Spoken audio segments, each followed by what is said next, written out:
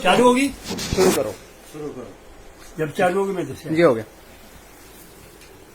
मेरे दोस्तों और मेरे भाइयों, थोड़ी अक्ल को इस्तेमाल करो कि ये क्या हो गया, कोरोना कहाँ से आया।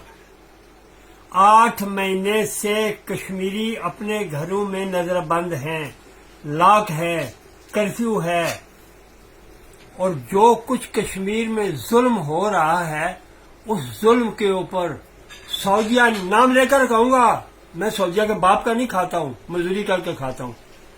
सऊदिया नहीं बोला मेरी मईशत खराब होती है, हमारे कारोबार खराब होते हैं, और हमारे अरब भाई जो हमें कहते हैं मुस्लिम फिलतलाता यौम, ये 3 दिन के मुस्लिम है, वो पक्के मुस्लिम है, जो मोदी को हार पहना रहे, जो अवार्ड दे रहे हैं, नहीं बोले।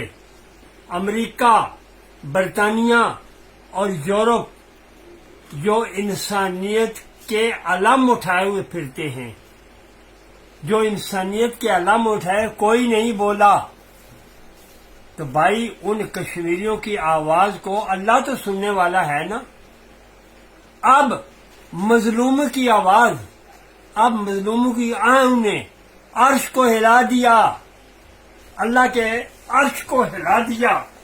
अब ऐसा करें, अब ले आए अपनी मईशत, लड़ ले इस छोटे से कोरोना से, कुछ भी नहीं होगा, तुम गर्क हो जाओगे इंशाअल्लाह। और कश्मीरी फिर जिंदाबाद, फलस्तीनी फिर जिंदाबाद।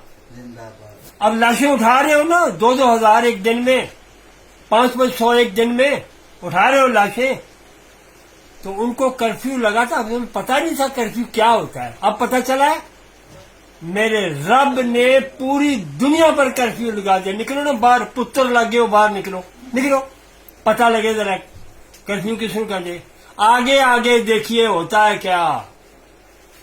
हमें कुछ नहीं होगा, हमें जिंदगी देने से पहले हमारे मालिक ने हमारी मौत लिख दी है, आनी है, उसी दिन आनी है। मस्जिदें बंद कर दो, काबा बंद कर दो, हरमैन शरीफैन बंद कर दो। जब मस्जिदें बंद करोगे ना तो वो फिर शर्मा के कोरोना भाग जाएगा। ऐसा नहीं है। सिर्फ तौबा करो। फिर कहते दुआ करो। कौन दुआ करे?